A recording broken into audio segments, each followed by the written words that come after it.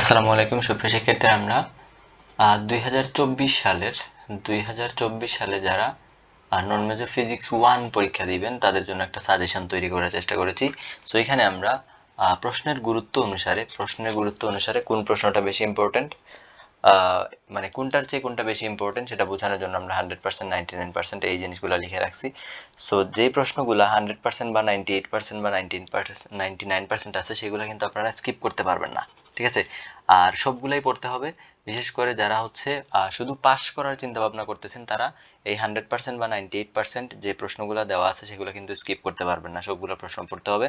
যারা ভালো রেজাল্ট করতে চান তারা হচ্ছে অবশ্যই সবগুলা প্রশ্ন পড়বেন, আর যাদের A+ এর টার্গেট আছে তারা তো এগুলা পড়তেই হবে, প্লাস আপনার বেসিক, প্লাস হচ্ছে সবার উদ্দেশ্যে বলতেছি যে বইয়ের যে ম্যাথ আছে প্রত্যেকটা চ্যাপ্টারের, সেই ম্যাথগুলা কিন্তু আমরা এখানে লিখি নাই। তো ওই ম্যাথগুলো হচ্ছে আপনি নিজ দায়িত্বে করে ফেলতে হবে সবগুলো টাইপের। ওকে, তাহলে দেখি আমরা প্রথমে, আমি দেখেন বাম দিকে কিছু জিনিস লিখে রাখছি। 21SC8 এটা দিয়ে বোঝাচ্ছে আমরা যখন পেইড কোর্সে আপনারা যারা ভর্তি হবেন, আমাদের পেইড কোর্স রানিং পাই ম্যাথ ক্লাবে আপনারা যোগাযোগ করবেন, পাই ম্যাথ ক্লাবের ফেসবুক পেজে, অথবা এই যে নাম্বার দেওয়া আছে দেখেন, পাই ম্যাথ ক্লাবের নাম্বার দেওয়া আছে, আপনারা হচ্ছে এই নাম্বারে কন্ট্যাক্ট করে স্পেশাল ডিসকাউন্ট চলতেছে এই মুহূর্তে।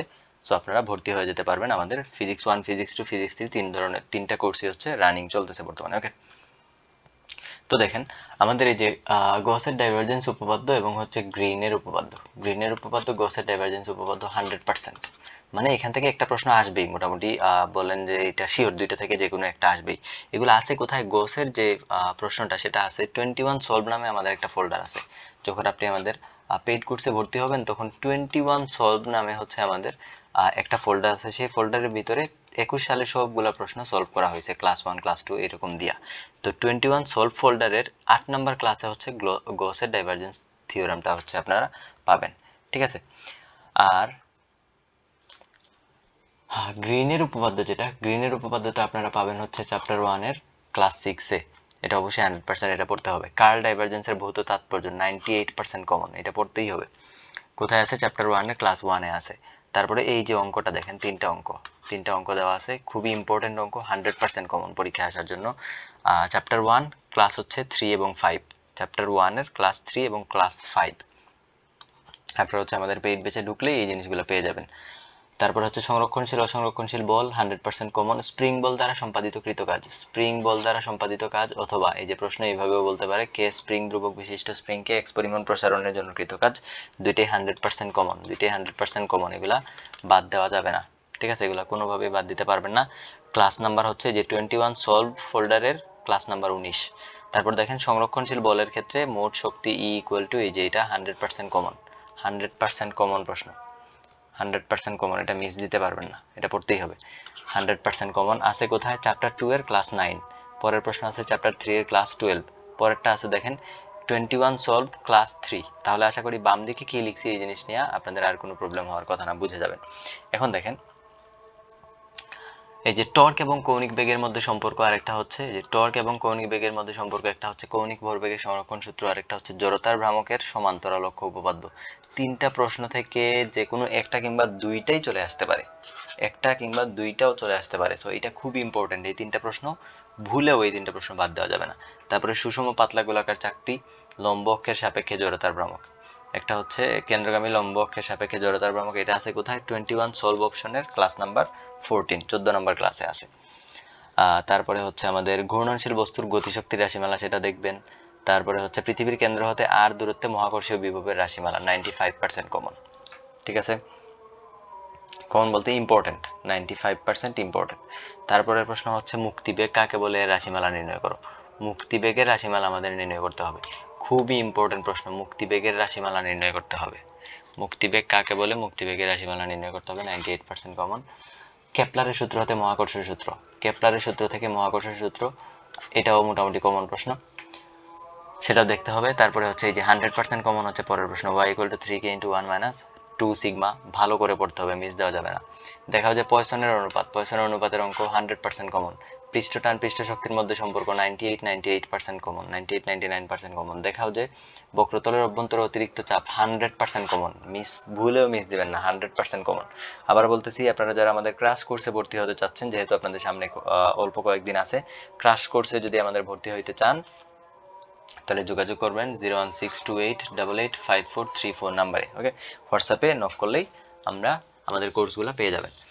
আর আপনাদের জন্য দেখেন যারা হচ্ছে আমাদের এই পরীক্ষার আগ মুহূর্তে আপনারা ভর্তি হবেন, সাজেশন অনুযায়ী যেন ক্লাস করতে পারেন, তার জন্য হচ্ছে যে ক্লাসের নামগুলা, সিরিয়ালগুলা, কোন ক্লাসটা কোন মানে কোন প্রশ্নটা কত নাম্বার ক্লাসে করানো হয়েছে সেই পুরো আপনাকে হচ্ছে রেডিমেড দিয়ে দিচ্ছি, আপনার খুঁজে খুঁজে বের করতে হবে না, ঠিক আছে?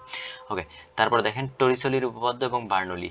টরিসেলি এবং বার্নৌলি দুইটার মধ্যে যে কোনো একটা আসবেই, 100% কমন। টরিসেলির উপপাদ্য একটা হচ্ছে, টরিসেলির উপপাদ্য একটা, বার্নৌলির উপপাদ্য একটা আসবেই। প্রান্তিক বেগের রাশিমালা 98-99% কমন।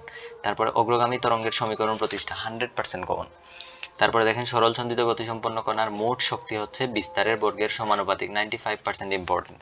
তারপরে বলছে সরল দোলন গতি এর বৈশিষ্ট্য 99%। এটা দেখেন ক্লাস উল্লেখ করি নাই, ক্লাস উল্লেখ করে নেই বলতে এটা হচ্ছে 4-5টা বৈশিষ্ট্য আছে যেটা আপনি বই থেকে নিজে নিজে মুখস্থ করে নিয়েন। 4টা বৈশিষ্ট্য আছে সরল দোলন গতির, 4টা বৈশিষ্ট্য, ঠিক আছে? এটার জন্য আলাদা ক্লাস নাই, আপনি হচ্ছে ওই 4টা লাইন মুখস্থ করে ফেলতে হবে। তারপরে দুটি পাতলা লেন্সের সংযুক্ত অবস্থায় অবার্ণতার শর্ত, অবার্ণতার শর্ত এটা আছে আমাদের চ্যাপ্টার 10-এ। ক্লাস 33 স্টার, এই যে পাশে দেখেন স্টার, এই যে এটার ক্ষেত্রে দেখেন এটার পাশে কি দেওয়া আছে, 33 স্টার, মানে ক্লাস 33 আছে একটা আর 33 স্টার আছে একটা। তো 33 স্টার অপশনে গেলে হচ্ছে আপনারা এই প্রশ্নের অ্যান্সার পাবেন। গোলাপেরন কি 100% কমন। পরের প্রশ্ন গোলাপেরন কি, তারপরে দুটি উত্তর লেন্স, এই যে এই প্রশ্নটা অনেকবার পরীক্ষায় আসছে এবং খুব বেশি ইম্পর্টেন্ট, 100% ইম্পর্টেন্ট। এটার আরেকটা নাম হচ্ছে এই যে কারণে বা দিয়ে লিখছি, বা সমাক্ষীয়ভাবে নির্দিষ্ট দূরত্বে অবস্থিত, একই জিনিস, ঠিক আছে? তারপরে হচ্ছে ফার্মাটের নীতির সাহায্যে আলোর প্রতিসরণের সূত্র প্রতিপাদন করো। ফার্মাটের নীতির সাহায্যে প্রতিসরণের সূত্র প্রতিপাদন করো, অথবা দেখাও যে একক লেন্স ওবার্ন হতে পারে না। দুইটা খুবই ইম্পর্টেন্ট, 100% কমন। পরেরটা হচ্ছে হাইগেন্সের নীতি কি।